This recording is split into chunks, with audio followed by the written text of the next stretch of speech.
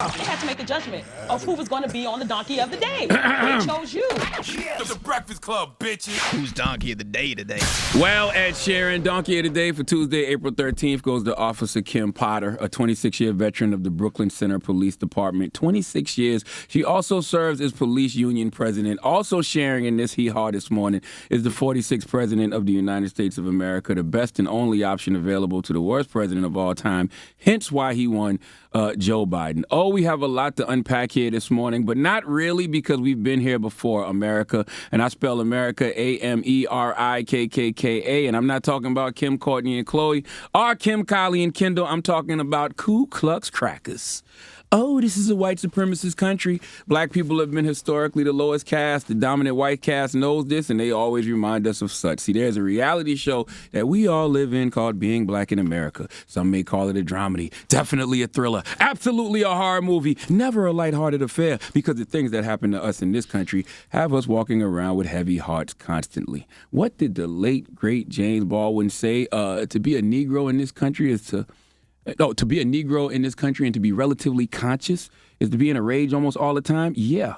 I feel your great ancestor, Baldwin. That's why I'm intentional about not taking too many things seriously, because I have to laugh to keep from crying. I've been getting told all my life I turn everything into a joke. Yes, I do. It's a form of self-care, okay? A defense mechanism of sorts to protect us from the inevitable. The inevitable trauma that we will witness, which keeps this show Being Black in America perpetually in a series of new reruns, okay? Oh, it's no laughing matter.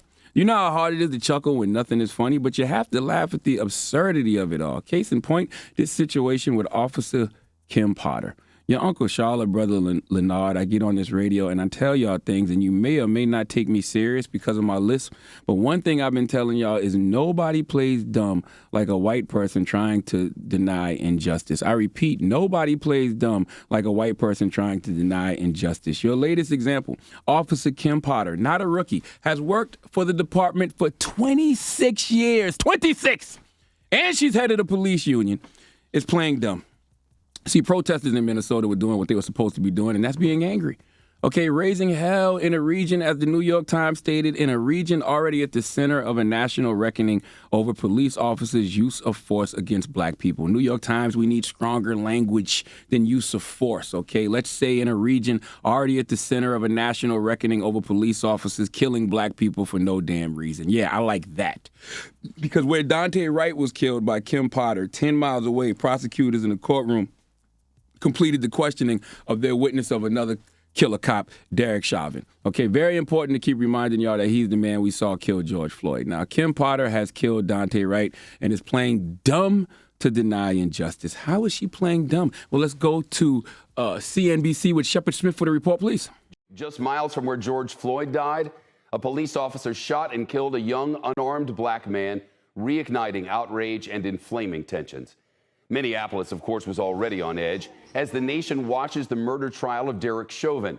The police chief in Brooklyn Center, that's the suburb outside the city, says cops pulled over 20-year-old Daunte Wright for expired tags and tried to arrest him for an outstanding warrant. There was a struggle. The police chief says one of the officers pulled out her gun by mistake, thinking it was her taser, and fired. I'm not doing nothing. Don't you take stuff, bro. Don't do it. Don't do it.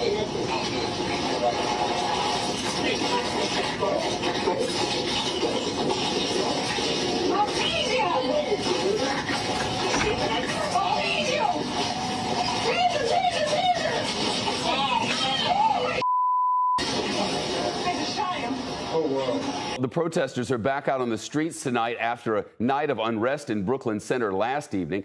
People are angry. People are frustrated. The explanation that the police gave didn't sit well. We are outside of the police headquarters, and you can see it's become a fortress. It's now surrounded by a fence and barricades. There are police and riot gear on the other side there, and you can see the crowd here that's forming now.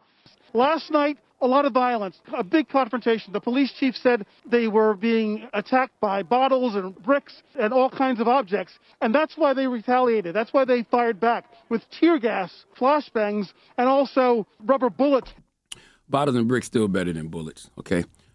Kim Potter, 26 years on the force, and she doesn't know the difference between a gun and a taser. Let me tell y'all something, because you all be prisoners of the moment.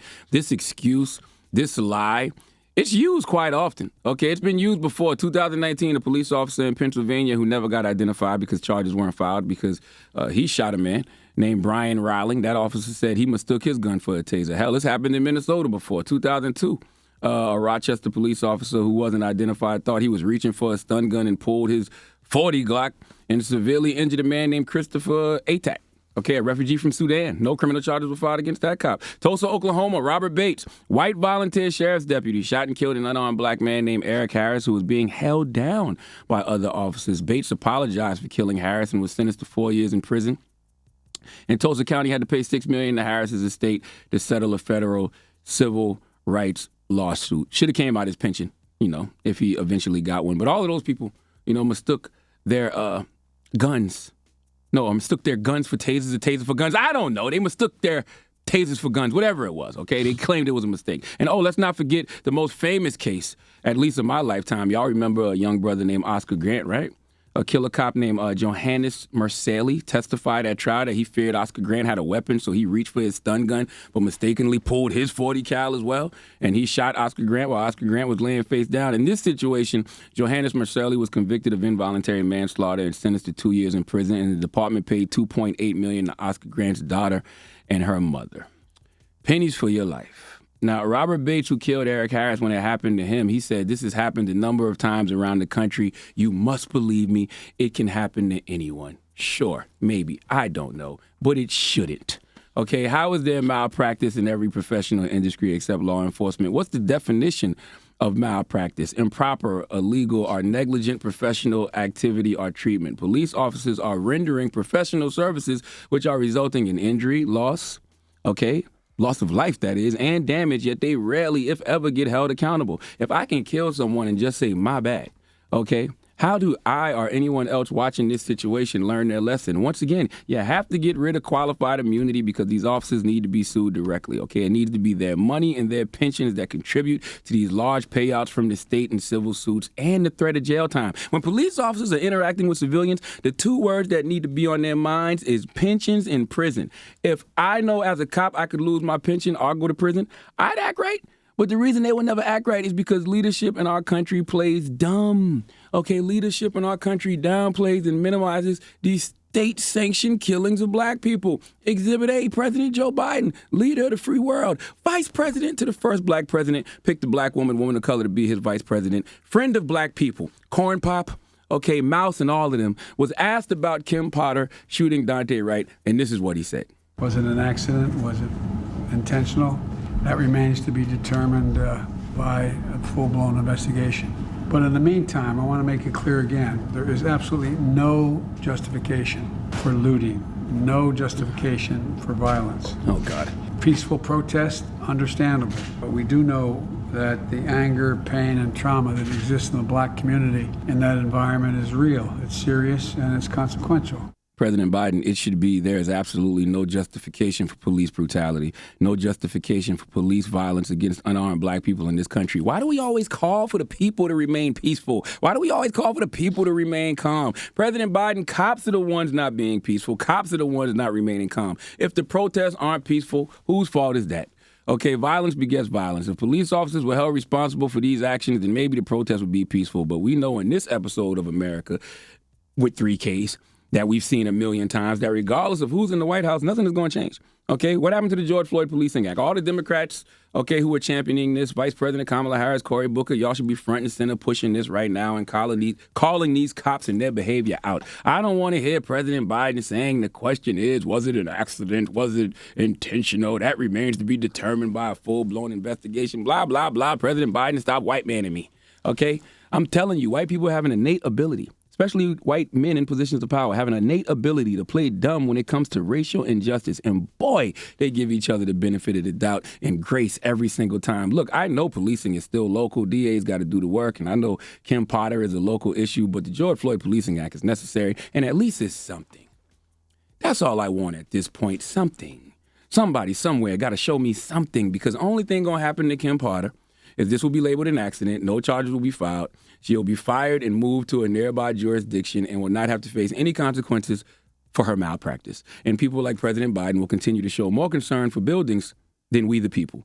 Or should I say we the property? Because as I told y'all yesterday during Donkey of the Day, this is what black people are in this country, property. And in these cities like Minnesota, they make more money off those buildings that are property than they do black people. Therefore, black folks are disposable, and that's why President Biden will say it's no justification for looting, rather than saying it's no justification for killing us. And Joe, you can't say you understand the trauma the black community is facing when you minimize that trauma to looting.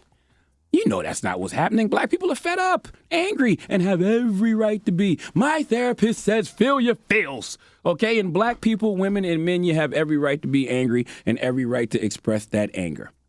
Not coming off as angry has gotten us nowhere. Okay, yes, we angry. Yes, we pissed off. And if you are a human who cares about other humans in this country, you would be angry with us. Okay, as Queen Tamika Mallory says, we don't need allies, we need accomplices. Everybody needs to be angry. Everybody needs to get angry if you truly care about other humans on this planet. Because if you are silent about your pain, they'll kill you and say you enjoyed it. That's Zora Neale Hurston, by the way. Please give Kim Potter and President Joe Biden the biggest hee-haw. All right. Well, and thank please, you for that donkey today. Please. I know President Joe Biden is a sitting president. Don't audit me, okay? I don't need no extra audits for calling out a sitting president. Okay? Thank you. Yeah. All right. Well, just remember that was Leonard, not Rashawn. Man, shut your beige ass up. Donkey of the Day is brought to you by the law office of Michael S. Lamonsoff. Don't be a donkey. Dial pound 250 on your cell and say the bull if you've been hurt in a construction accident. That's pound 250 from your cell and say the bull.